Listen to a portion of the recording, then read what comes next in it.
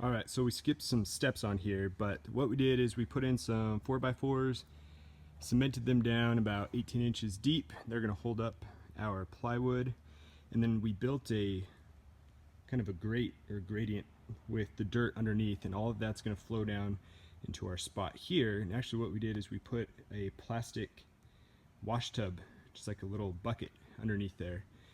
And then the pond liner on the top of it, our pump is inside of there, and then this is actually just a grill for like a little charcoal grill that happened to fit perfectly over the bin. And so we're going to use that to keep the rocks out of there. That's where you could also use one of the matrix plastic boxes, but those things are very expensive, and this thing was like 10 bucks. And so I think it's going to work out just great. So that's where we are.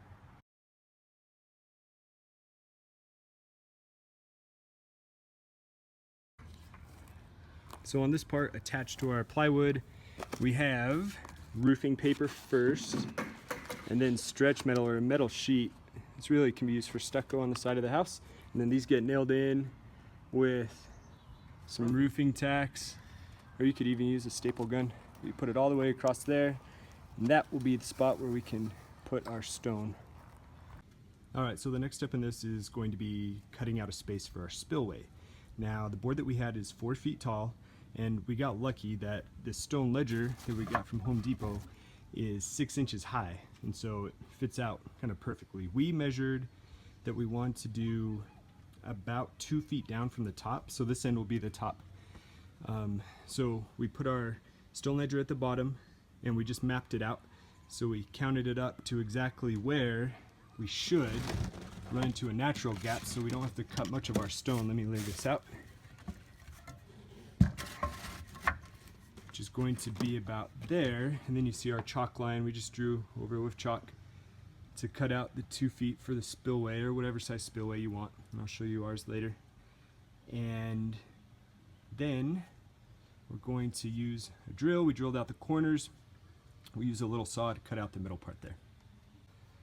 Then be careful, we're going to use just some little snips to cut the wire, but you want to make sure, use gloves. This stuff can be really sharp. It'll cut into you pretty easily. Alright, we used our saw to cut out the part for the spillway there, and now all we've done is put the board up next to the 4x4s and just drilled it in. We used a level a couple of times to make sure that it was straight, got that thing attached. Always make sure to put your tubing and your electrical, a little space on the bottom to come through. But next is we'll put up our scratch coat and go from there.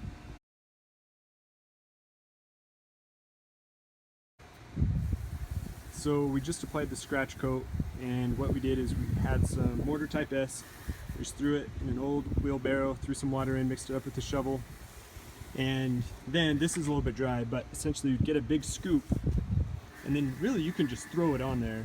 And at first you want to flatten it out all the way across there and wait. We waited about 15 minutes. Other videos said you can do it until it's thumbprint hard, or even wait just 10 minutes and then essentially take your trowel. The one I used is a little bit thicker than this, but you'll just go through and make your roughed up coat so that your stone can stick to it. Almost everything I've seen says wait at least 12 to 24 hours for it to dry, and then you can start applying the stone. So this is the back of the plywood. The spillway that I have, obviously it's going to sit in there, but I wanted to make sure I had some sort of mechanism to keep it up. Other people can use cylinder blocks or bricks to put it right in there. But what I did is just bought a 2x4, screwed it in from the outside so that the spillway can sit right on top of there. And then we'll use some liquid nails to run it right inside there. That way it doesn't go anywhere. Alright, so the next step before we put up our stone is to lay it out. So these blocks are nice because they all fit right into each other. So we staggered these, so the bottom row will be here, and then the start of the second row is here, just so that the line, so that there isn't one straight line going all the way down. So these ones with Home Depot are nice because what we can do is start here, we'll cut off this little section, but that will go fit there and then all the way up. So we'll stack them out. So we stacked them out, all the measurements fit, so now we can lay it.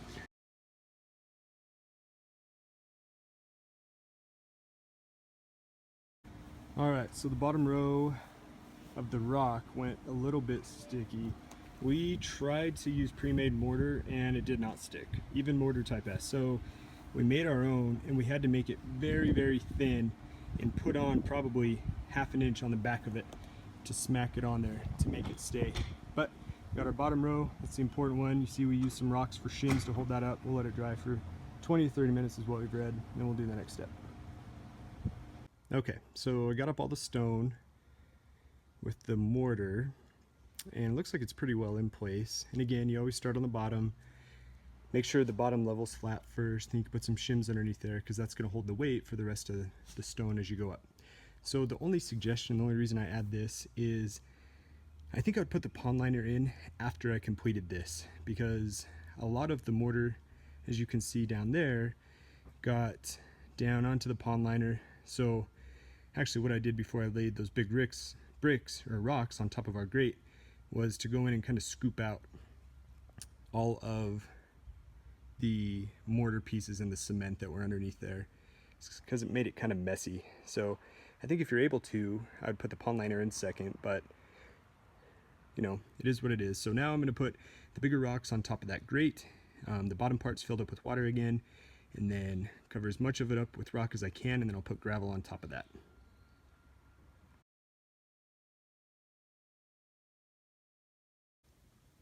Okay, now for my spillway and the plumbing for it. So I had a 2-inch on the outside diameter of our input, which is just on the back of our spillway. The spillway's there. And so what I got is 1.5 inch elbow with a male end here to screw in. Just put some plumber's tape around the outside, screwed that in. And then for my tubing, what I had was 1 inch tubing. So I got this little adapter here with a screw in there. Just use some PVC glue, pop that in, and what that will allow me to do is to put my pipe or my tubing from the pump there with the barbs, and then screw that in with plumber's tape there. That'll pop right in, and that is how we will get water to our spillway. Alright, so I've added a few additions since the last time I showed you. I think the most important one, and this one I just kind of went on my own, is added a 2x8 piece of wood across the entire top. I screwed it into our 4x4 in there, and then ran it along across the top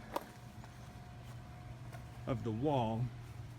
And you see I screwed it in there. So I did that for a couple reasons. Number one is I wanted to have some sort of backing protection for the back unit and for water damage. So what I can do is, since this is 8 inches back, is I bought another pond liner that I will staple along across here and then Velcro down the sides to give it all water protected back here. Plus it still gives me access to my unit in case I need it. Now, the second thing that I just added is this kind of L metal siding that I got from the Home Depot over in their roofing department. I think it frames it in a little bit. I think it makes it look nice. You don't obviously have to do it. It is tough to get it to stick. I tried using liquid nails along the top there and along the side, and we'll see how well it holds. It is a little bit tricky to use. I did have to use, gosh, and you can see just a little dent there, but I had to screw in the side over here just because it wasn't completely flush on that angle. But I think that will make it look nice. Alright guys, so here's the end result of our water wall, which I'm pretty happy with. So, a couple of additions here. Number one, you can see all the gravel that I put on top, and I got that from the Home Depot. One thing that I did add, just as a little unique piece, is obviously this feature here. So what I did with that is that metal sheet that I had that we used for a scratch coat, I laid that down on top of our rock to give this a flat surface, and then I used landscape liner to create this, and that way it sits flush and the rock doesn't mix. But obviously you don't have to do that. It appears as though our edging here is going to stay up and it looks great. I didn't have to do anything else with that. The only other feature that I added, and you can see this on the picture at the start of this video, is I took LED rope that I had from Christmas lights and I just put it right up underneath here, and you can use a little 3M strip, and I ran it all the way along there, and it gives it a nice little backlight for at night. But I'm pretty happy with this. I think it turned out pretty well. Let me know what you guys think about this. If you have any questions, let me know and I'd be more than happy to help you out with whatever I know. But I'm pretty happy with this. Take care.